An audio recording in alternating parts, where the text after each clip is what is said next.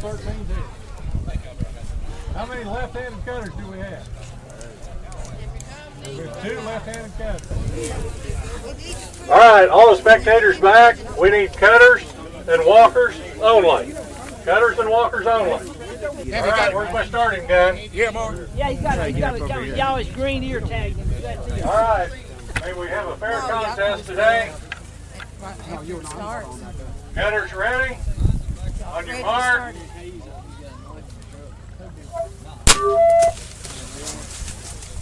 I'd say that's going to be a good man out. 6-time defending champion. Okay. We'll let him get started. Okay. When all spectators need to stay out of the path. Walkers and judges only. Walkers and judges only in the patch, please.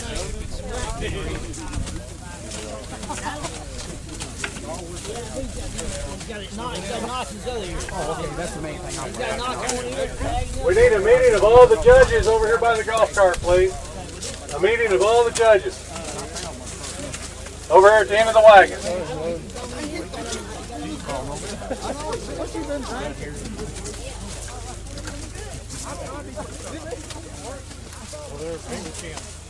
That's him, the red cap. Right here. So Mike, I'm speaking with Mike Carter, who is the retired Garrard County Extension agent who started here in 1977, and we're at the 30th annual Garrard County Tobacco Cutting Contest. And Mike, you just recently retired a couple years ago, right? Right, Nathan, back in 2008 after about 32 years here, 37 with the service. Yeah, so given your role, you're extremely familiar with this process. Could you tell us a little bit about what's going on here, how they're being judged? Okay, sure. The techniques that these gentlemen are applying here today is not unique to our competition, obviously. It's the way that burley tobacco has been harvested for years and years, generations and generations. As you'll note on the video, they're simply using a tomahawk type of knife, of course called a tobacco knife, and a spear, which is a cone-shaped object turned upside down, if you will. Has a sharp point there on the end of the sticks, which are tobacco sticks. So you have your knife and spear, and you simply apply the technique that you're seeing there on the video to take this first step in the housing of tobacco. Of course, from here, the tobacco is allowed to wilt so that it's not real brittle and doesn't break up with the hauling process from field to barn or curing structure. And then after a few hours or a couple of days of this, then it will be loaded onto the wagons, one stick at a time, and taken to the barn or curing structure, and where it will be hung for the curing process, which takes at least 4 to 5 weeks, and sometimes it will hang even till midwinter before the larger growers can process the tobacco. From there, once the leaves are cured and they turn sort of a chocolate brown, then they are stripped from the stalks and combined into what is called a bale. There are bale boxes in which the leaves are placed in. Once a certain quantity of leaves are in there, then there's some the strings go around the bales, and they're tied off and taken to the receiving centers for market. So it's quite a process. And how are the contestants being judged today? Okay. This is a scoring system that has been, shall we say, refined over the years. They accumulate gross points, and from that there's the potential for some deductions or penalty points. And of course the time is kept as to how long the process takes. They accumulate points in the gross point column by virtue of the number of sticks that they cut. There are to be 6 stalks on each stick, and if there are fewer than that, then there are penalty points applied. The stalks have to be speared or secured on the sticks so that they will continue to be on the stick throughout the process to the barn. So if it's split out or missed the spear or whatever, they are checked for that, and again, penalty points would apply for any split outs or any missed spearing. If the sticks fall over in the field, that's a penalty because of the fact that it makes it more difficult to handle, and it can be more damaging to the individual sticks. Once you deduct the penalty points from the gross points accumulated, we simply apply a formula to calculate the net points per minute, and that is net points divided by the time that each cutter takes to complete his assigned row, and then whoever comes out with the largest number, the most net points accumulated per minute of cutting time, is the champion. And then it's just consecutively down the list from that champion, the placings are determined based on that calculation. And there is a real skill to this competition. In fact, you were mentioning one of the gentlemen we're following here in our row has been a multi-year winner. Is that right? Right. Alvin Stamper, who's from Laurel County, the London area here in Kentucky, down in southeastern Kentucky, is the defending champion, and he has won the competition in the last 6 years. You can tell how athletic most all these cutters are. There's a large degree of hand-eye coordination that is necessary for this particular endeavor. Have to be really skilled athletically and obviously practice over the years leads to a more effective or a faster cutter. By the way, if the tobacco is mishandled, over the years there's been an occasion or two to disqualify a cutter for being really rough with the tobacco, and so they have to know what they're doing in order to handle the tobacco properly. And obviously, it's already apparent that all of these gentlemen are experienced cutters.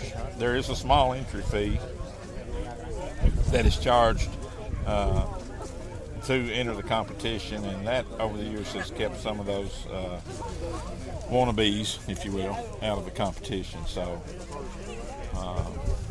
And can you talk a little bit about the farm we're on, and are these contestants compensated for cutting the tobacco in the field?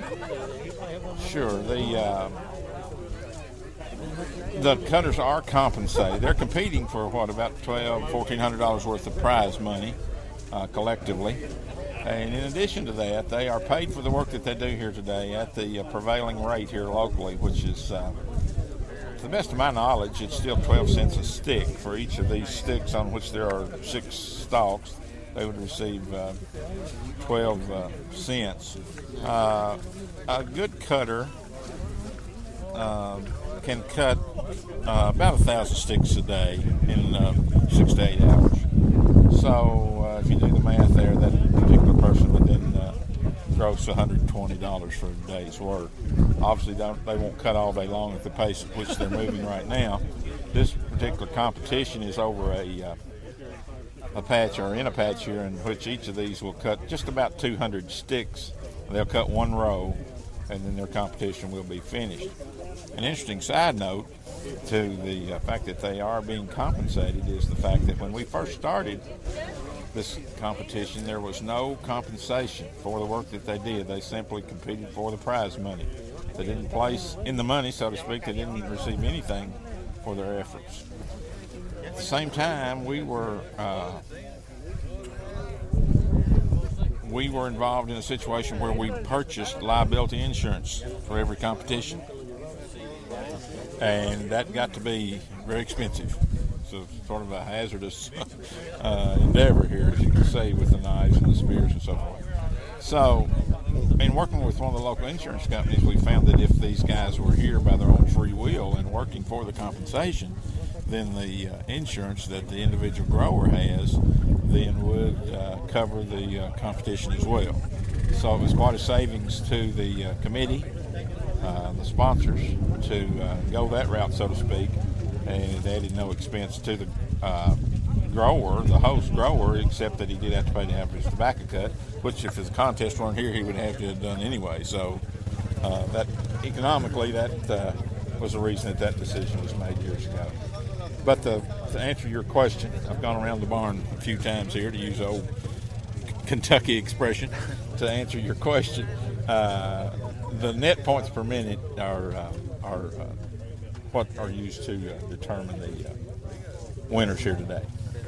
And, as I understand it, tobacco is a flexible crop where it can be grown in Connecticut, perhaps Missouri, but what really makes it unique? Why is it such an advantage to grow it here in Kentucky?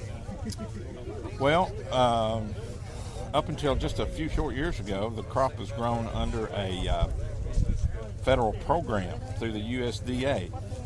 And in order to, shall we say, be eligible to grow and market tobacco, in this case burley tobacco, you had to own a quota. To go back even further than that, the tobacco was grown for years here in Kentucky and surrounding states, the burley tobacco, simply because of the fact that it could be grown successfully here. The soil types that we have in Kentucky, the climate that we have most years, although in any given year that can vary greatly, as we're finding out at an increasing rate, it seems, as far as extremes that Kentucky weather can have any particular growing season. But there was so much tobacco being grown here back around the time of the Depression that the necessity to regulate the production came about because of overproduction. No one was making any money growing the crop. So the government stepped in and applied a formula based on growing history that allowed a grower to grow so many acres here. From that, it evolved into a situation, and by the way, in so choosing to do that, then the growers were guaranteed a certain support price or a certain floor as far as the price per pound under the tobacco at market time, so that the chances for profitability was increased greatly. From there, the program evolved to a poundage quota away from a production or an acreage program. It never made any sense really economically to grow it by the acre and sell it by the pound, so that the effort was made then and the change was made to regulate the production of the number of pounds grown and sold rather than the number of acres that could be planted. So really it goes back to the fact that we have the soils and the climate and the know-how here to grow the crop successfully. Obviously it can be grown in other parts of the country. The government, the USDA, is no longer a part of the program in terms of regulating its production. It's a totally free market enterprise now, and so anyone anywhere can grow and sell the crop, but you better have the right location, weather, soils, all of that in order to be successful in growing the tobacco. And there has to be a market in that area too. It wouldn't be very cost efficient to grow it and haul the tobacco long distance in order to market it. So that's another consideration as well. And what will this type of tobacco ultimately be used for? Well, it can be used for various things. It can be used for chewing tobacco. It's also one of the major ingredients in cigarettes, of course, and in some of the cigar tobaccos as well. And we've had a rain delay from last week for the contest, and even postponed from yesterday to today. Is this a good time to be cutting this tobacco? Was it a little late or right on time, or? I would say as far as the maturity of this individual crop, based on my years in working with the crop, it seems to be right at its peak even now. Of course, the delay's only been about a week or so, even though there have been 2 postponements. I guess it was originally scheduled for, 8 days ago, right, on the 8th, and this being the 16th. Not a long delay, so the tobacco's not suffered from the delay at all. But there does come a point where it's a deteriorating situation in the field, and it then becomes more of a salvage operation than anything else to get it to the field and salvage what you can out of it. But this is a good quality crop that we're in today. And when was the last time that there was really a shift in the way that this tobacco is harvested? It seems like maybe the process has been this way for quite some time. As far as this process, the only thing that has changed over the years in this particular aspect of the harvesting process, that being the cutting of the stalk and placing it on the stick for movement to the barn, came about a couple generations ago. Prior to that, most growers would cut the individual stalks and pile them in a field of maybe 100 or a couple hundred stalks. And then a different crew would come along in with the sticks and pick the individual stalks up off of the pile and spear them. And as things evolved over time, then some of the more innovative folks thought, well, one person should be able to do that entire operation themselves. And so it evolved into this so-called one-man operation. There are other things that have taken place in regard to that too. There's been an effort to develop a harvesting machine, and which goes through much like a silage chopper in terms of cutting off the individual stalks, and then there's some fingers or an apparatus designed by some very knowledgeable engineers that tried to and continue to work with the idea of making it more mechanized, but nothing has proven to be practical, especially given the high cost of developing such a machine. So I think the days of trying to further mechanize tobacco is those are probably behind us. I think with the declining production that we see and the declining consumption, there's not going to be a whole lot of changes made in production and harvesting of tobacco, burley tobacco. And why are the tobacco barns black? I think more than anything, it's just because the neighbor's barn is black. I don't know of any particular advantage in the curing process or whatever, and that plus the fact that compared to other colors of paint, the black paint is a lot less expensive. Okay, all right. This is certainly part of the fabric of this community in Garrard County, and people all the way back to the 1700s were growing tobacco here, right? You bet. Tobacco has a strong history here, and of course the contest was born out of that history or heritage, the fact that tobacco's meant so much economically and socially and in all aspects of life in rural Kentucky generally, and Garrard County specifically. There are 120 counties, Nathan, as you know, in Kentucky. It's interesting to note that Garrard is the 28th smallest county, area-wise, in the state. Yet, when we're under a quota program, Garrard usually ranked in the top 10 or 12 counties in the state as far as the amount of burley tobacco produced. So, on a per capita basis, I dare say Garrard was unsurpassed in the importance of tobacco to the county. Under the poundage quota at one time, we would grow and sell around 15, 16, 17 million dollars worth of tobacco every year in our small county, so that's quite significant. Now we're probably growing, I don't know, it'd be tough to estimate, maybe a third of that much. Things have changed so much. There are fewer people growing the crop.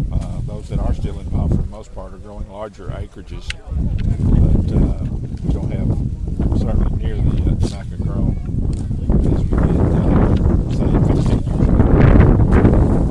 And what do you see as the future of the tobacco crops around here? Well, that's a guessing game. There's still a huge demand for tobaccos of all type worldwide, and anymore it is a worldwide market like for any commodity, as opposed to being just a national demand situation or a national marketing situation. There are many countries in the world that grow and sell burley tobacco. Many of those farms, they're owned by, sponsored by tobacco companies. To the best of my knowledge, the U.S. is the only country that has individual franchisees, if you will, growing and selling the crop. But the worldwide demand is still really good for all types of tobacco, as I mentioned. I think certainly for our lifetime, and for those even much younger than me, the next generation, so to speak, there's going to be an opportunity to grow and sell tobacco. It's going to be an ever-evolving market, and it's going to be very important to have a high-quality crop and to minimize as best you can those production costs in order for it to be profitable from year to year, so that you can continue to support your family, in part at least, with what you're able to make in terms of profit from your involvement in tobacco. And those farmers that were in tobacco for so long and have transitioned out of it, what have they transferred their efforts to in terms of farming? Many of those folks are advanced in years now and are in their retirement years. There was a stipend that was initiated in Congress that was essentially a buyout of quotas when the program ended, and that was quite an attractive sum of money, which added to the retirement portfolio of many of those folks that transitioned not only out of tobacco but from farming, mostly tobacco and other commodities as well, into retirement. Obviously that was not the case for all folks. For those that have remained active in farming, percentage of those continues to be involved in the growing and selling of tobacco on the open market, so to speak. But the vast percentage of them have really not turned to other new commodities. They've really expanded in areas with which they already had familiarity prior to the end of the tobacco program, that being beef production, and in some parts of Kentucky, maximizing their grain production, corn, soybeans, and small grains, so forth. But for the most part, the expansion's been in beef production in Kentucky. There are some horticultural crops that have caught on, and for a limited number of folks, that's presented an attractive opportunity economically, and some other things as well, like we have some goats and different things, but for the most part, it's been an expansion of the traditional production of commodities with which the folks, like I say, were familiar.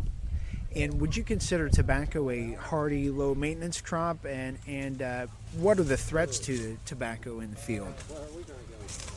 Well, tobacco is a high labor intensity crop as opposed to the production of most any other commodity that we can grow and sell in Kentucky.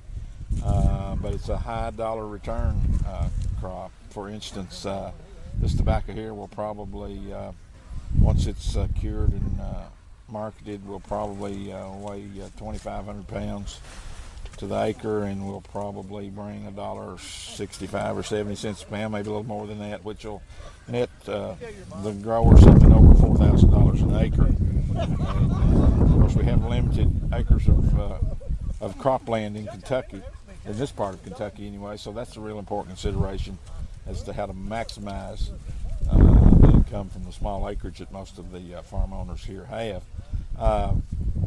But some of the hazards, of course, are the weather, drought, hailstorms. There are certain disease threats and insects that have to be controlled. But most every year you can transplant your tobacco plants into the field in May or early June here in Kentucky, and anticipate a good crop.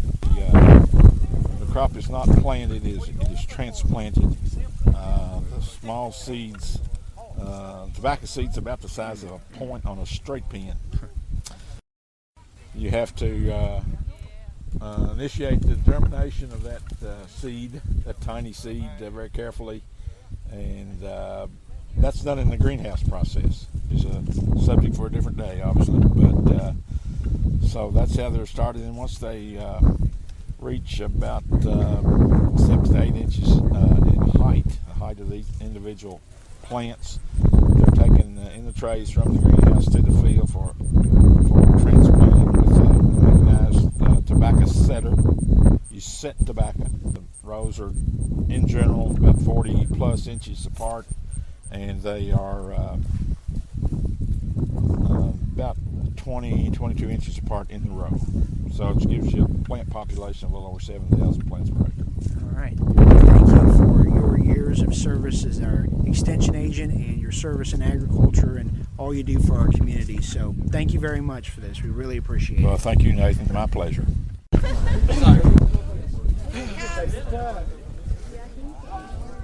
We're at the finish of the 30th annual Garrard County Tobacco Cutting Contest. And I also want to thank our Garrard County Extension agent, Jay Hetzmansberger, and the Garrard County Ag Extension Office for all their hard work putting together this contest on Friday, September 16th. What a day. This is the 6-time champion here, coming in first place again.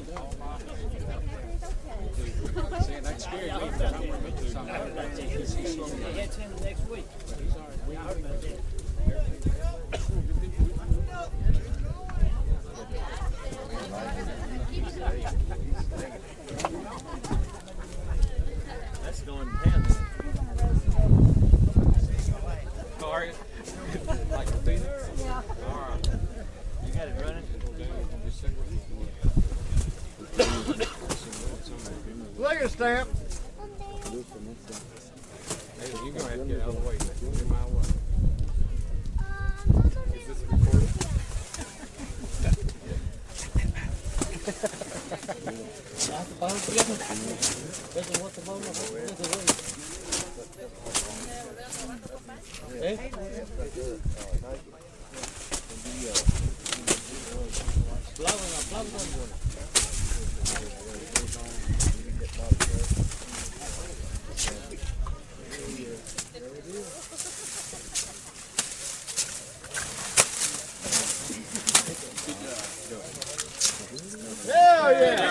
All right. Cutters out.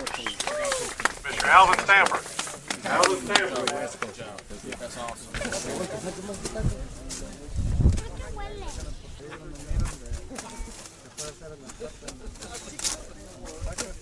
Oh, Daniel.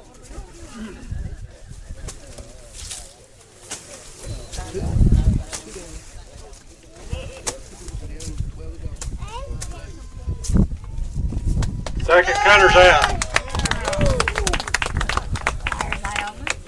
I need a rope. I didn't mean to embarrass you that bad.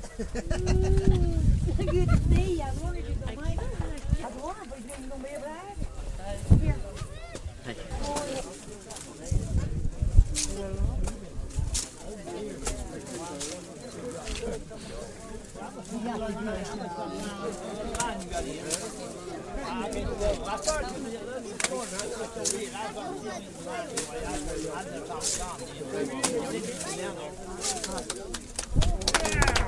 Third cutter's out.